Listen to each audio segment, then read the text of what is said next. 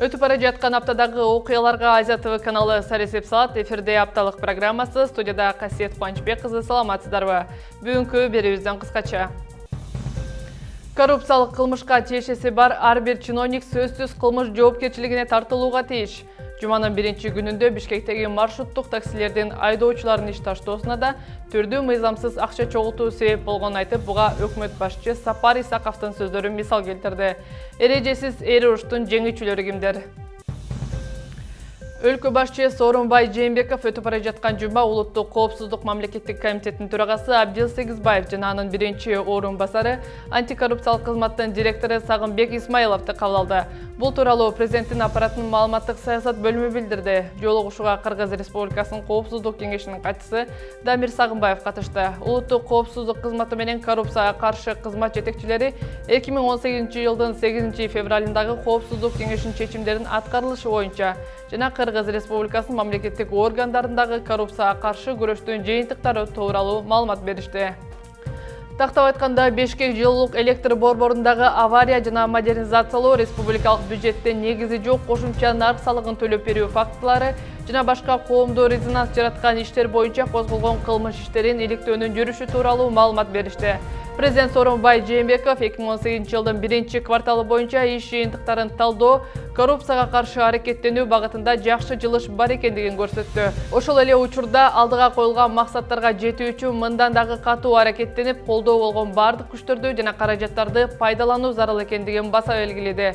Сооронбай Жээнбеков сот, көзөмөл жана укук коргоо органдарындагы коррупция өлкөнүн улуттук коопсуздугундагы негизги коркунуч келтирген абалда калып жаткандыгын белгиледи.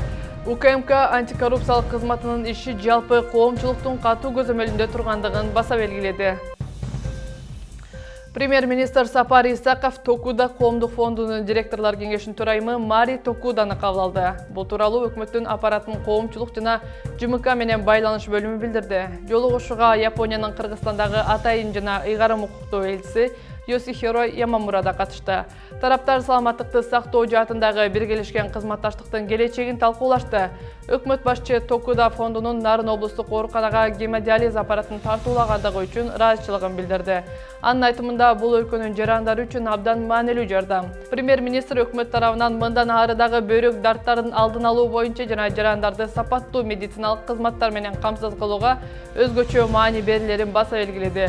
Токуда коомдук фондунун директорлор кеңешинин төрагасы Мари Токуда жолугуш үчүн өкмөт башчыга ыраазычылыгын билдирип, жана анда белгиленген маселелер боюнча кызматташтыкты мындан ары дагы тереңдетүүгө даяр экендигин тастыктады.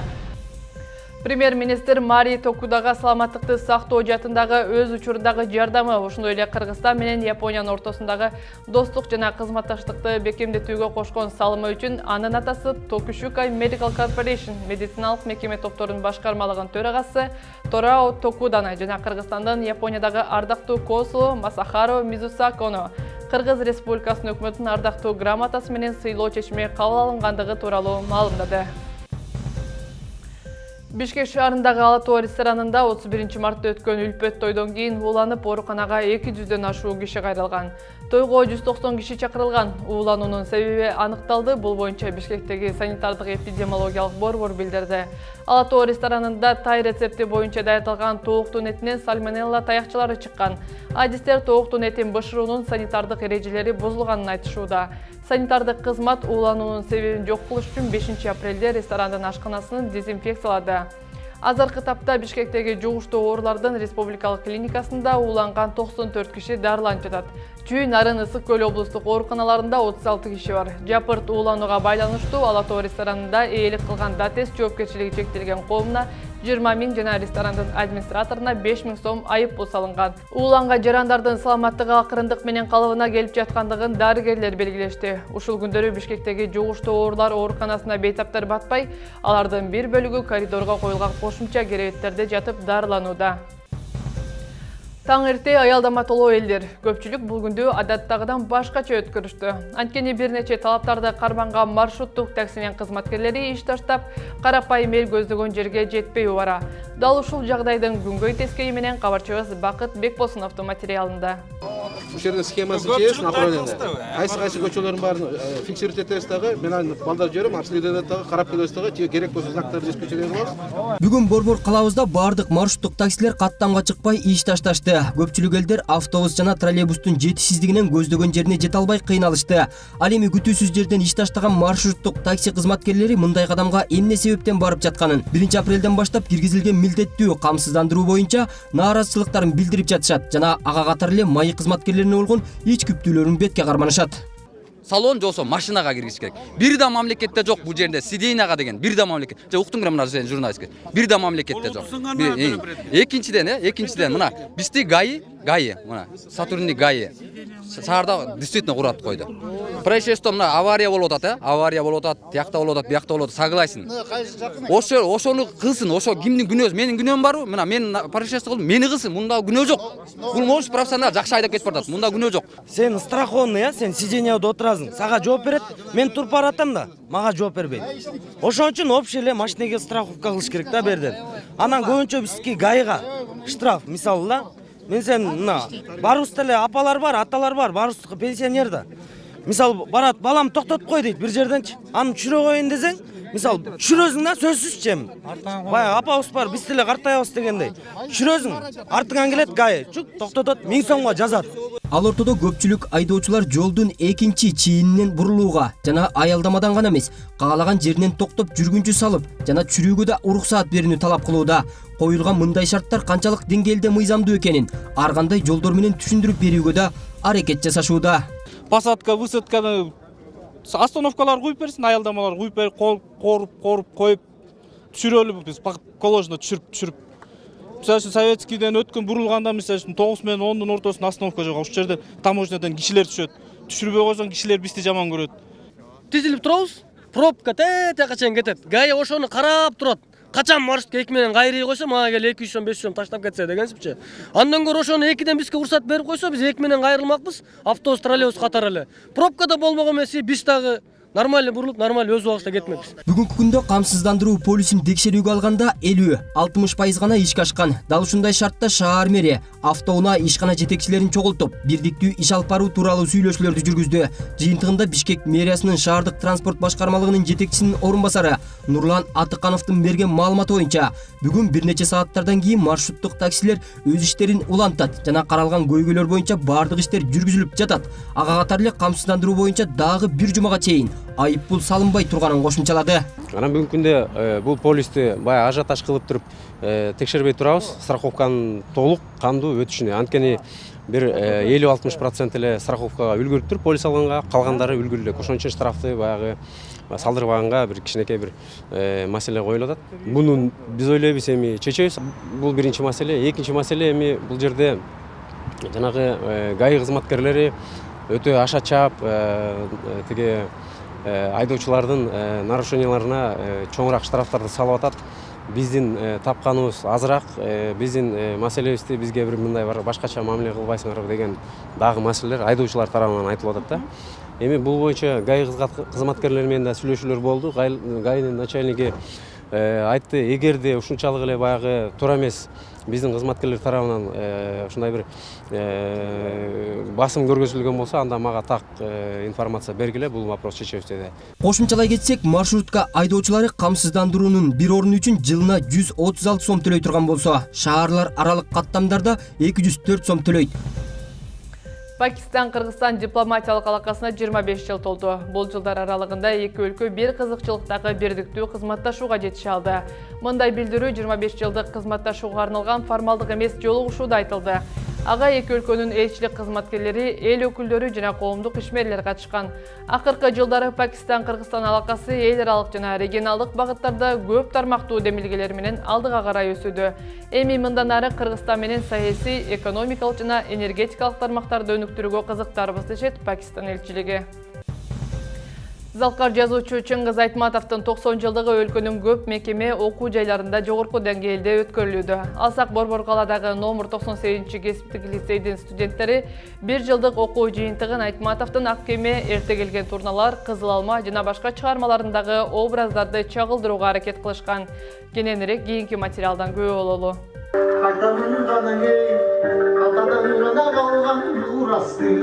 Кызыл алма, карышкыр, бугу эне, ак кеме бул сөздөрдү уккан адамдар албетте кыргыз элинин улуу жазуучусу Чыңгыз Айтматовду эстейт. Ал эми бул жылы Залкар жазуучунун жарык дүйнөгө келгенине 90 жыл толот. Калеми менен кыргызды дүйнөгө тааныткан жазуучу арабызда болбогону менен анын чыгармалары эл эсинен кетпээрин номер 98 кесиптик лицейинин студенттери дагы бир ирет далилдеди.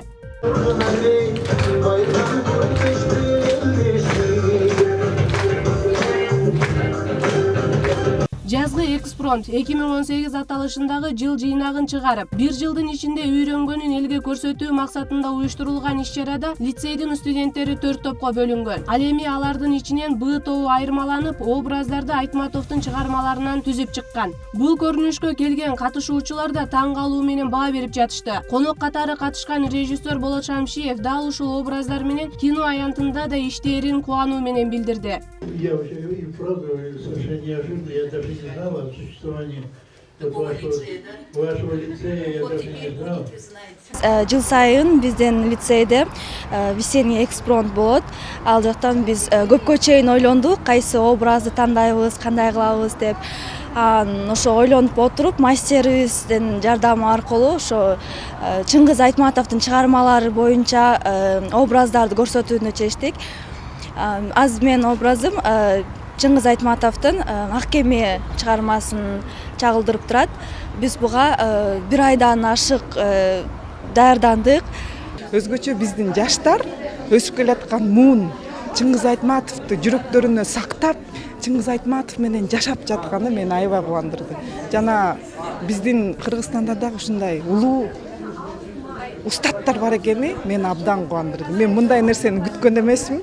Аябай толкунданып, көзүмдөн жаш куюлуп, эмне Ак кемени эстеп, образдарды эстеп, бир аз көзүмдөн жаш куюлуп, өзүмчө бир рахат алдым да бул иш-чарада. Мен келгениме өкүнбөйм.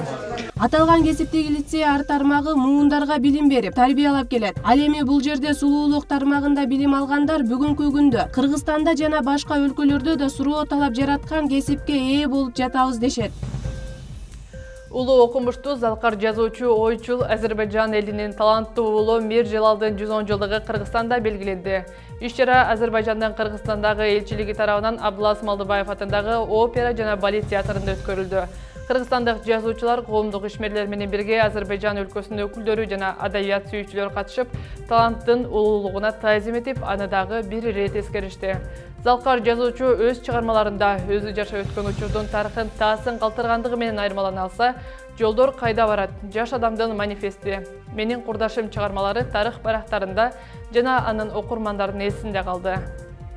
Ушундай иш-чаралар Кыргызстанда атайын өтүп аткан бүгүн ушу дагы бир жолу кызматташуунун өркүндөп өскөнү өзүбүз билгендей Азербайжандагы да биздин Чыңгыз Айтматовдун 90 жылдыгына арнап көп иш-чараларды жүргүзүп атышат. Биз да мына бир аз убакытта эле 1-2-3 ушундай чоң Азербайжандын белгилүү ушундай жазуучуларын эстеп атабыз.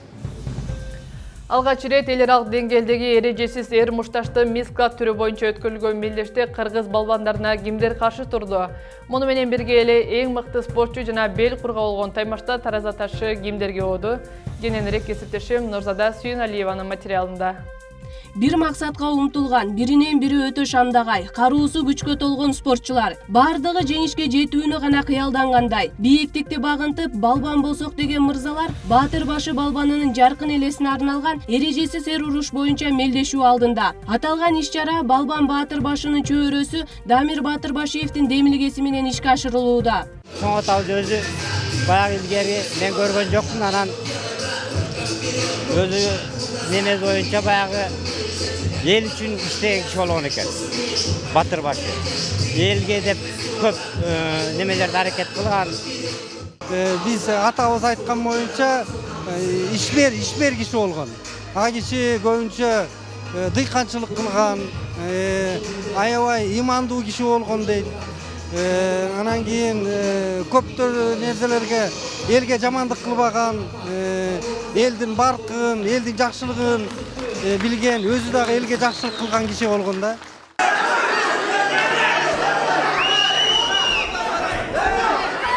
Ата айтып тургандай эле өтө татаал жана кооптуу келген спорттун бул түрү менен Канай Рускул уулу да бала кезинен бери машыгып келет. Бир канча беттештерге катышып, эрежесиз эр уруш боюнча күч сынашып келген. Бүгүн да ата-андашынан кооптонгону менен жеңишке жете алганын кубануу менен айтып өттү. Буга чейин көп жолу соревнованиядан чыгабыз, бирок туулганы 1-2 жолу болгондар болгон. Бул жеңишим мен 9-нчу жеңишим. Бүгүнкү ой кандай болду?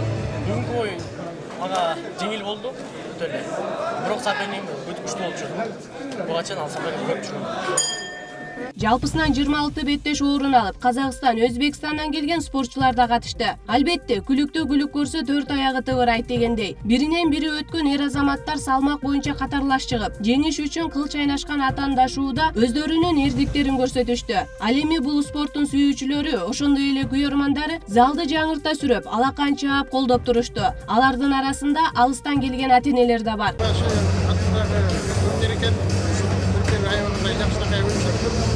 Benim bana maliyet etkilerim, bana ilgilikli bir ayaklarda biz ayında der bir güç bala var eken. Arka zengin olmalı. Halka Kırgızstan.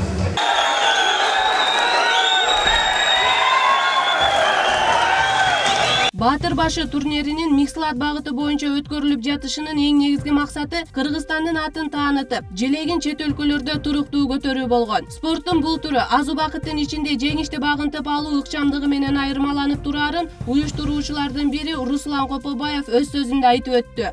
Спортчулардын баарына мен терең ийгилик каалайм. Мыктылары жеңип чыксын.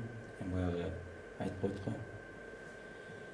Ушул жерде ким чыдамкай болсо, ким күчтүү болсо, албетте жеңишке жетет. Айыгышкан беттешүүдө мыктынын мыктылары тирешип, албетте жеңүүчүлөр аныкталып, татыктуулары бел курлар менен сыйланды. Таза жашоо улуттук компаниясынын алкагында 2018 жылдын 6 апрелинде Кыргыз темир жолу мамлекеттик ишканасы ишембилик уюштурду. Бул күнү темир жолчулар 300 даана көчөт отургузду жана келечекте бул жер Кооз темир жолчулар аллеясына айланат деген тилек бар. Бул үчүн атайын жер тилкеси да бөлүнүп берилген. Ошондой эле аллеяны ар дайым көзөмөлдөп туруучу бригада да түзүлдү. Мындай самалыктар 3 ай бою өткөрүлмөкчү. Ишканада жыл сайын ишембилик уюштурулат. Мындан тышкары учурда бардык филиалдар жазгы күзгү кароодон өтүп жатышат. Ошентип темир жолдун айланасын иретке келтирип алабыз дешет Кыргыз темир жолу улуттук компаниясынын кызматкерлери. Бул бак теректер биз отурушканда мэрия менен сүйлөшкөнбүз. Анан биз темир жолчуларбыз. Аяктан именно мына бак теректе отурушкан консультация алдык. Мына өзүңөр көрүп атасыздар. Чернозем алып келип, астына салып, төшөп, бизге кандай айткан 60 деп касы бүт барын отургузуп, анан азыр биякта машина турат. Машинада 3 тонна суу. Бизге айтты, 1-жыл дейт, 3-4 күндө бир жолу сугарып туруш керек деп. Анан биз ушу отургузган бак теректерди өзсүз карап, өзсүз сугартып, өзсүз эметебиз да өстүрөбүз. Сиздер Азия ТВ каналынын апталык жаңылыктар менен тааныштыңыздар. Сиздер менен Кайсет Кубанычбек кызы болду. Эс алуу күндөрү жагымдуу окуялардын күбөсү болуңуздар.